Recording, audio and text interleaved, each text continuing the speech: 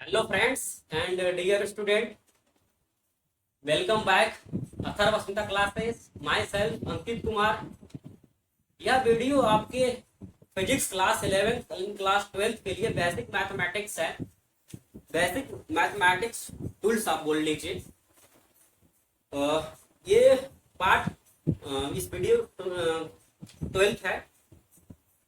Part 11 video में हमने समझा था ज्योमेट्री का बेसिक, ज्योमेट्री के जितने भी पार्ट्स होते हैं उन सारी चीजों का हमने पार्ट 11 में हमने समझा था कि ज्योमेट्री होता क्या है, ज्योमेट्री कितने प्रकार का होता है। इसके बाद हमने समझा था ज्योमेट्री कितने होते हैं, ज्योमेट्री में क्या क्या चीज होना चाहिए, एक्स वाई एक्स, इसके बाद मूल बिंदु, प्रतिच्छेद बिंदु, कार्तीय तल, एक्स वाई तल, इसके बाद त्रिभुज का क्षेत्रफल, ये इन चीजों का हमने अध्ययन किया था। प्रतिच्छेद बिंदु का मूल बिंदु से दूर, इसको हमने समझा था। त्रिभुज का क्षेत्रफल, इसको भी हमने समझा था। इसके बाद उसको हमने जो दो बिंदुओं के बीच की दूरी है उसको हमने आपको ग्राफ पे निकाल के दिखाया था कि ग्राफ पे कैसे इसका मान आता है, किस टाइप का होता है। देखिए ये कई तरह का हो सकता है। ये आपका जो मान है ये इधर भी आ सकता है, मतलब कि जो मान आपका है आपका यहां से पूछ दे तो इसको ऐसा मिलाने के बाद या तो इसका पूछ देगा, या तो इसका पूछ दे, या तो इसका पूछ दे। ये भी दो बिंदु हुआ कि नहीं हुआ, मूल बिंदु। तो या तो इसको लेके हल करेंगे, इसका पूछेगा तो, और इसका पूछेगा तो इसको लेके हल करेंगे, दोनों निकल जाएगा आराम से। तो ये दोनों तरह से, कई तरह से ये आ सकता है जो ग्राफ होता है, इस साइड भी आ सकता है। ठीक है, देखिए तो पार्ट 11 में हमने जितने भी बेसिक्स है निर्देशांक के, उन सारी चीजों का हमने अध्ययन किया।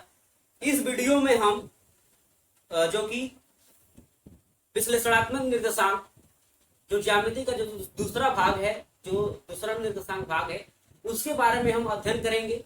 इसके बाद हम उसके निर्देशांक समझेंगे। इसके बाद हम ग्राफ समझेंगे कि कितने टाइप्स के हमें ग्राफ समझना है और कितने टाइप्स के आपके ग्राफ आएंगे आपके फिजिक्स में। उन ग्राफों का हम क्या करेंगे, अध्ययन करेंगे। तो इन सारी ग्राफों का इस वीडियो में हम अध्ययन करेंगे और ये पार्ट 12 है। So let's video started. इस वीडियो में हम पहले ज्यामिति का जो विश्लेषणात्मक निर्देशांक है उसका हम अध्ययन करते हैं। ठीक है, इसके बाद बारीकी से हम एक एक करके सबका जितनी टाइप का ग्राफ होता है ना, उस ग्राफों को हम अध्ययन करेंगे। क्योंकि देखिए ग्राफ है ना, माँ कसम बहुत जबरदस्त होता है। इससे जो ग्राफ है ना, आपके फिजिक्स में पूछो मत भाई, पूरी ग्राफ ही पे आपका लगता है कि फिजिक्स ऐसा एक समझ लीजिए कि 30-40% आपका गजब पूछता है सवाल, और काफी मजे से इसको हम समझेंगे। देखिए ज्यामिति में हमने बताया था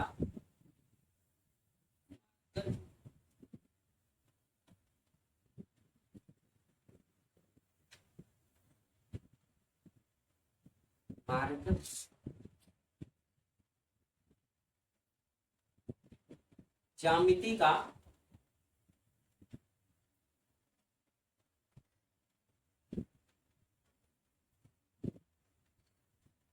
ज्यामिति इसका हमने दो भाग बताया था आपको।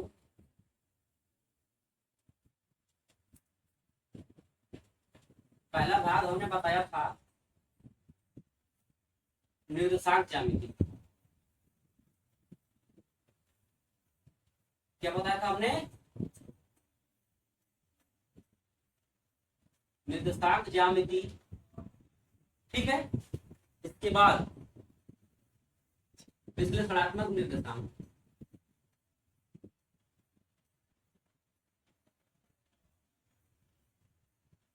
विश्लेषणात्मक निर्देशांक।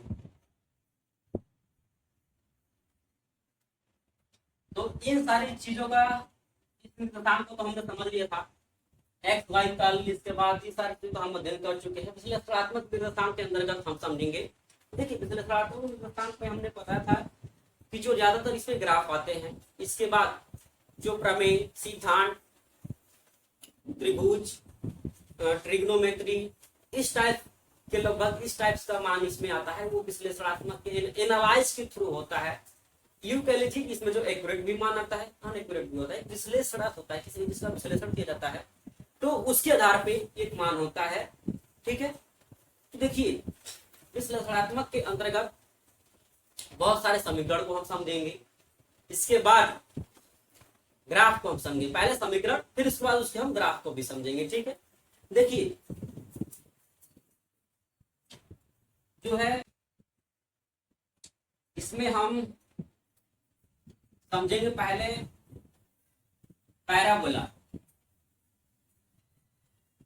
पहला फर्स्ट पैराबोला। ठीक है, parabola equation and graph.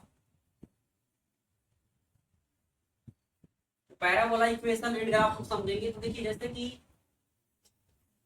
y बराबर एक्स स्क्वायर, y बराबर एक्स स्क्वायर आपको बता चुका है, बताया गया है जो ग्राफ होता है ये y होता है और ये x होता है। कि जब इस टाइप का ग्राफ दिया जाएगा ना, ये तो एक ग्राफ है, तो जब इस टाइप का ग्राफ मतलब y बराबर एक्स स्क्वायर, तो जो इसका मान होता है वो इसका जो ग्राफ होता है ना वो ऐसे ग्राफ बनता है। क्या होता है? ऐसे ग्राफ होता है। इसका जो ग्राफ होता है ये इसका इक्वेशन होगा और इसका जो ग्राफ होता है एक प्रकार का पैराबोला। हम ये कई टाइप का होता है, इसके हम परवलय का, इन सब चीजों का भी हम करेंगे, जैसे कि वाई स्क्वायर बराबर 4ax, सब एक दूसरे से थोड़ा थोड़ा मिलता जुलता है।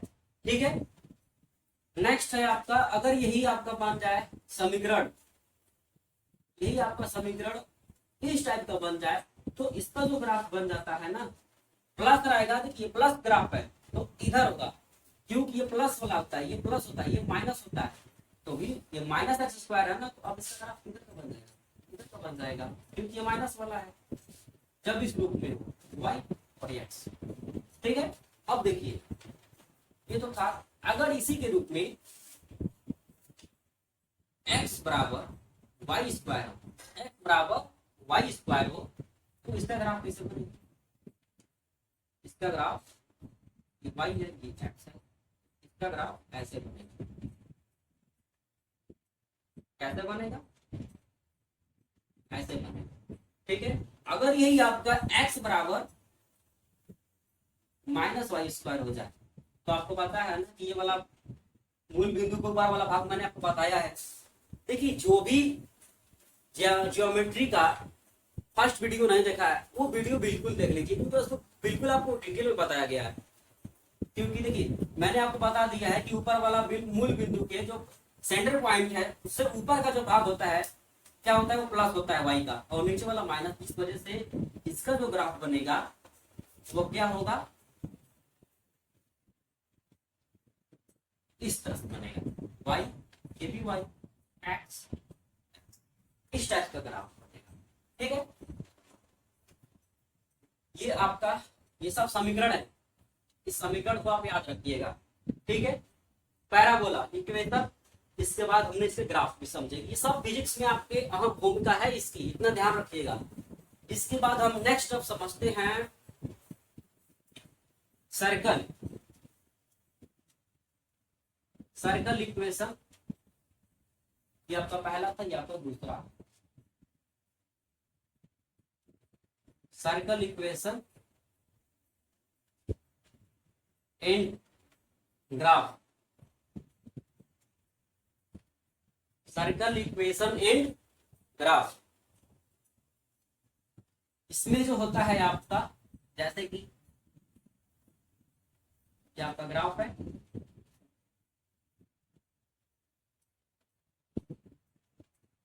ठीक है, ये सेंटर पॉइंट है, तो ये मान आपका ऐसे हो। ठीक है, मतलब ए कामा 0, ए जो है आपका आर बराबर, ए आपका रेडियस है, क्या है रेडियस। अगर ए बराबर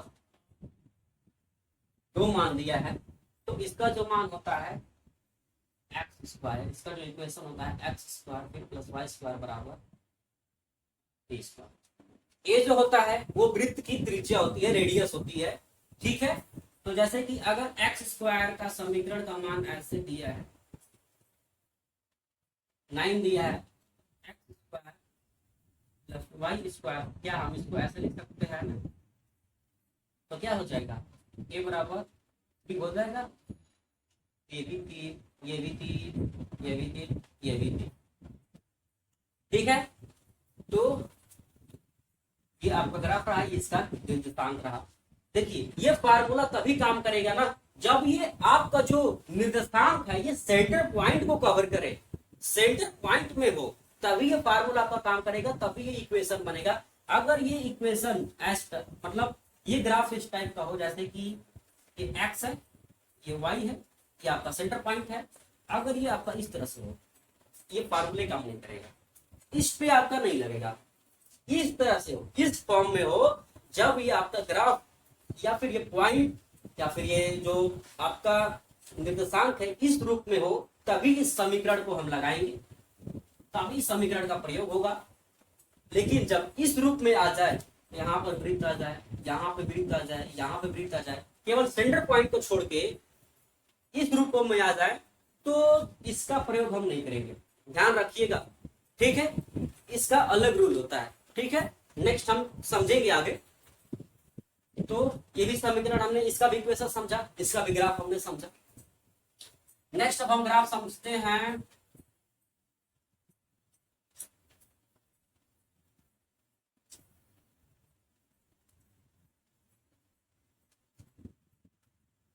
इलिप्स का। आप इसका स्क्रीनशॉट ले लीजिए, इसको भी मिटा देते हैं, इसका स्क्रीनशॉट ले लीजिए।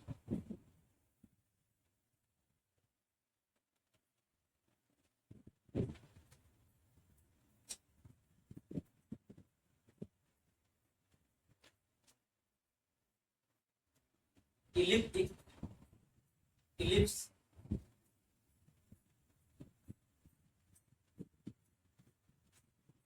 इलिप्स इक्वेशन एंड ग्राफ, ठीक है। देखिए इसका कैसे होता है, जैसे कि कोई इसका जो होता है एक्स स्क्वायर बटा के ए स्क्वायर फिर प्लस वाई स्क्वायर बटा के ए स्क्वायर, ठीक है। एक्स स्क्वायर बटा के ए स्क्वायर प्लस वाई स्क्वायर बराबर 1, ठीक है। तो इसका जो ग्राफ बनता है ये इसका समीकरण रहा, ठीक है। इसका जो ग्राफ बनेगा वो आपका ये ऐसे बनता है, ऐसे बनेगा इसका ग्राफ, ये आपका बी कामा 0, बी ए कामा 0 ए, ठीक है। ये कब होगा, इस ऐसा ग्राफ कब बनेगा जब यहाँ पे बी है, यहाँ पे बी कर दीजिएगा, जब वेन बी जो है ना, बी का मान ए से, बी का मान जब ए से काफी ज्यादा ग्रेटर हो तब ऐसा ग्राफ पड़ेगा। लेकिन जब ए का मान ए से, जब बी छोटा पड़ जाए, ए से काफी छोटा पड़ जाए, तो इसका जो ग्राफ बनता है ना वो ऐसे बनता है, इस टाइप में बनता है। ये बी हुआ, ये ए हुआ, ध्यान रखिएगा इस चीज को, ठीक है। दोनों चीज हम समझते चल रहे हैं, इक्वेशन भी समझ रहे हैं और ग्राफ भी समझते चल रहे हैं। एलिप्स इक्वेशन है और ये आपका तीसरा है, x square upon a square plus y square plus b square y square upon b square बराबर 1। तो जब ये वाला कंडीशन हो, इसमें भी दो कंडीशन है, ठीक है, जब ये वाला हो तो इस टाइप का ग्राफ बनेगा, जब ये वाला भाग हो तो इस टाइप का ग्राफ बनेगा। ठीक है, आप इसको नोट डाउन कर लेंगे। नेक्स्ट अब हम समझते हैं, अब सर स्ट्रेट लाइन का इक्वेशन हम समझेंगे। ठीक है, इधर का मैं इरेज कर देता हूं, इस साइड का।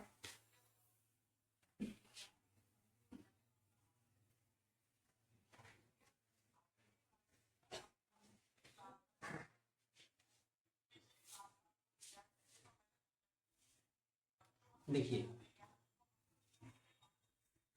सरल रेखा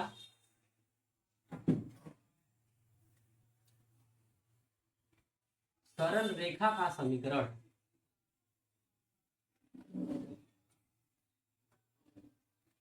का क्या फार्मूला होता है, जब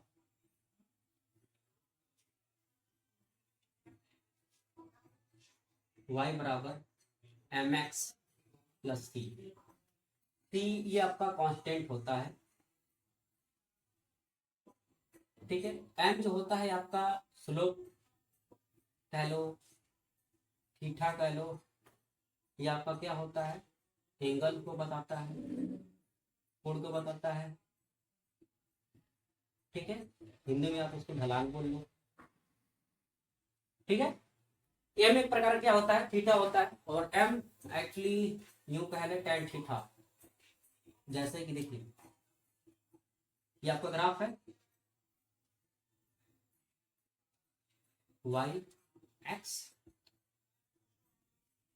क्या होता है, ये थीटा जो होता है m को ही दर्शाता है। m एक्चुअली यहाँ पे कोण को बताता है कि जो कोण यहाँ पे होगा वो कितना होगा। और जब इसका यहाँ पे हम अवकलन निकालेंगे तो y बराबर mx प्लस c बराबर dx के रूप में जब होता है।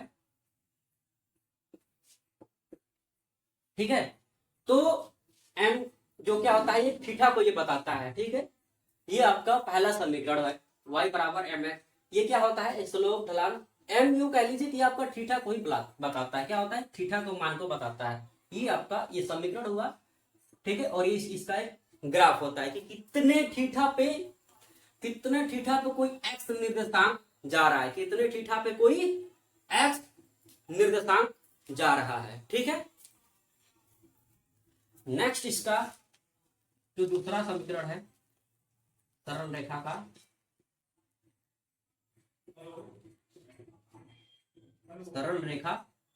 समीकरण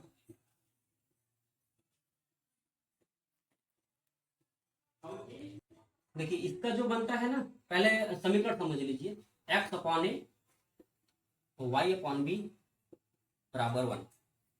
ठीक है, तो इसका जो होता है ग्राफ कुछ यूं बनता है, जैसे ये आपका b कामा 0, ये कामा 0। ठीक है, ये कह लीजिए इस टाइप्स का आपका होता है a कामा 0। ए जो होता है, ए एक्स अक्ष में काटा गया अंतखंड है।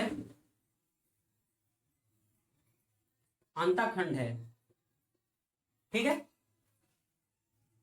और बी जो है वाई अक्ष में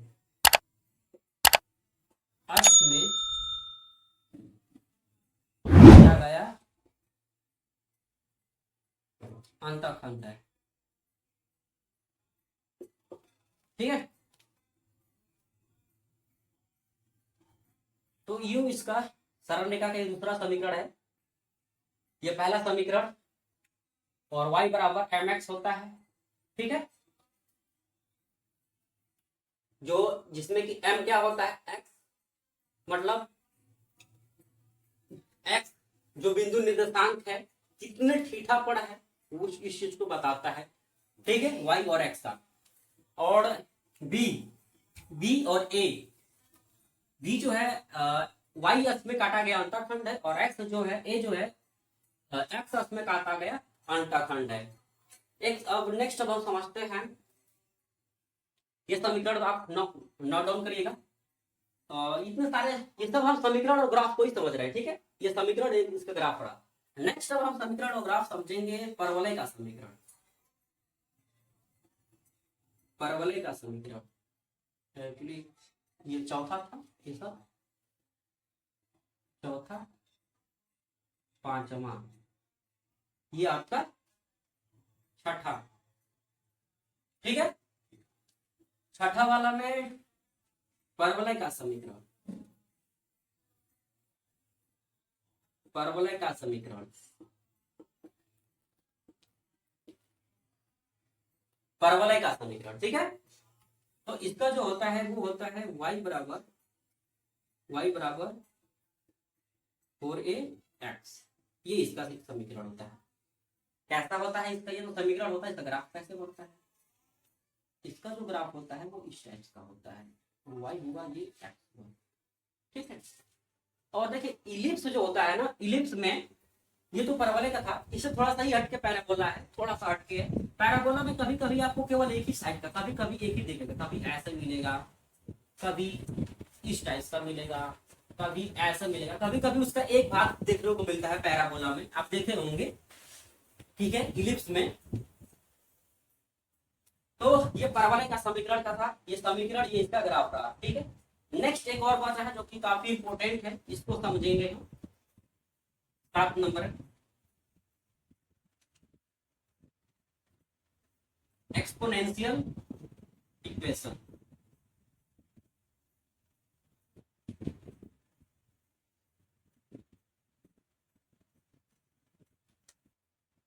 एक्सपोनेंशियल फंक्शन, ठीक है। तो देखिए इसको क्या होता है, y बराबर e2dx। देखिए इसमें आप अगर कहीं देखे होंगे तो नहीं देखना, अगर आप नहीं जानते थे, देखिए एक चीज हम बता देते हैं, e बराबर जो इसका मान होता है ना 2.71 होता है, e बराबर। अब यदि x का मान अगर हम बढ़ाएंगे तो y का भी मान बढ़ेगा मेरे भाई। जब x का मान बढ़ेगा तो जायज सी बात है कि y का मान बढ़ेगा। कहने का मतलब है कि अगर मान रखे 2.71, अगर यहाँ पे e पे 3 है, ठीक है, 3x रख लो, कुछ भी रख लो, तो ये भी बढ़ेगा, ठीक है। लेकिन यदि x का मान पॉजिटिव रखेंगे तो बढ़ेगा, यदि x का मान निगेटिव कर दें तो क्या होगा, y का मान घटेगा। जब x का मान पॉजिटिव में रखेंगे तो बढ़ता जाएगा, लेकिन जब हम x का मान नेगेटिव में रखेंगे तो इसका मान क्या होगा, घटता जाएगा। क्या होगा, घटता जाएगा, इसका मान घटता जाएगा, ठीक है।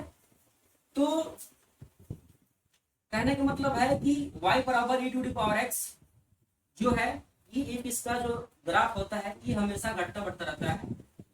देखिए इसका जो ग्राफ होता है लगभग ये कह लीजिए y(x), इस टाइप का इसका ग्राफ बनता है,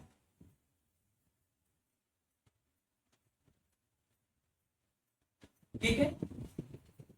क्लियर है आपका y बराबर e⁻x का ग्राफ। मतलब इसमें जब x की वैल्यू को हम बढ़ाएंगे तो y का भी वैल्यू बढ़ेगा, और वो भी प्लस में बढ़ाएंगे। अगर y x की वैल्यू बढ़ा रहे हैं माइनस में तो y की वैल्यू एकदम घट जाएगा, ठीक है। तो जिस वजह से माइनस में वो ग्राफ कहाँ जाएगा, माइनस में आ जाएगा। अब वो दिखना पड़ेगा कितना आ रहा है, ठीक है, अंक के हिसाब से, या तो वो ग्राफ इधर आ जाएगा माइनस वाला, या तो वो इधर आ जाएगा, ठीक है। आपको दिखना होगा कितना अंक हो रहा है, किस हिसाब से बढ़ रहा है, ठीक है। तो उम्मीद है हमने इस वीडियो में तरह तरह की ग्राफ को समझा, ठीक है। तो आप इस चीजों का, उम्मीद है आप इसको काफी अच्छे से समझ गए होंगे। देखिए ये जो ग्राफ है ना, कहने का मतलब कि ये आपके फिजिक्स में एक रामबाण की तरह है, ये आपको हर जगह कभी पीछे छोड़ने वाला है ही नहीं ग्राफ। बहुत लोग इसे पीछे छोड़ाते हैं। जब हम भी अब अपने क्लास टाइम थे तो फर्स्ट टाइम जब हमारे इससे मुलाकात हुआ था तो हमें भी बड़ा अजीब लगा था। तो आपको भी लगे, तो इससे घबराना नहीं है, ये पीछा नहीं छोड़ने वाला है, कि ग्राफ आपका है। फिजिक्स में तो कतई नहीं छोड़ेगा, ऐसे पकड़ के रखेगा कि यूं समझ लीजिए कि जैसे आप इससे पहले क्रश है, वैसे ही आपके पीछे ये पड़ा रहेगा जो ग्राफ है। तो ग्राफ ईमानदारी से आप पढ़े, कहने का मतलब ये है, ठीक है। तो इसमें हमने इलिप्स इक्वेशन, उसके ग्राफ हमने समझा, पैराबोला इक्वेशन, उसके ग्राफ हमने समझा, सरल रेखा के दो हमने समीकरण समझा, उसके भी ग्राफ हमने समझा, सर्कुलर यानी वृत्ति का वृत्त का हमने इक्वेशन, उसका ग्राफ भी हमने समझा, ठीक है। तो इन सारी चीजों का इसके बाद परवलय का समीकरण, एक्सपोनेंशियल फंक्शन हमने समझा, ठीक है। ये है आपका एक्सपोनेंशियल फंक्शन, ठीक है। तो इतने सारे चीजों का हमने क्या किया, ग्राफ और इक्वेशन हमने समझा। तो देखिए अब तक ये आपका 12th वीडियो हो चुका है, और ये लास्ट वीडियो है आपके basic mathematics for class 12, class 11 का फिजिक्स के लिए ये लास्ट वीडियो है। अब देखिए, अब हमारी जो अहम भूमिका अब हम लोगों की ये बनती है कि आप इसको बिल्कुल जितना भी सारे वीडियो है बेसिक मैथमेटिक्स आप अच्छे से पढ़े, आप कहीं से भी पढ़ रहे हो वो बिल्कुल अच्छे से ईमानदारी से पढ़े।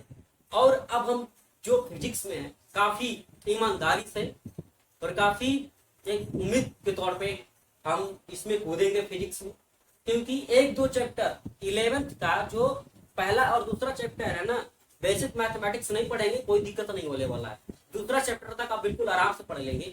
लेकिन भाई तीसरा चैप्टर से ना बेसिक मैथमेटिक्स बिना आपका काम नहीं चलने वाला है। तो दो चैप्टर तो आपका 11 में पढ़ा दिया गया है, भौतिकी जगत, इसके बाद यूनिट्स एंड मेजरमेंट, मात्रा के मापन आपको पढ़ाया गया है, क्योंकि उसमें बेसिक मैथमेटिक्स का कोई रूल्स नहीं था। लेकिन जो तीसरा चैप्टर आपका फिजिक्स का स्टार्ट होने वाला है, तो जिस वजह से आपका बेसिक मैथमेटिक्स बताया गया, और ये बेसिक मैथमेटिक्स की 12 वीडियो है, और ये बेसिक मैथमेटिक्स का ये लास्ट वीडियो है। उम्मीद है आप अपनी पढ़ाई काफी ईमानदारी से कर रहे होंगे।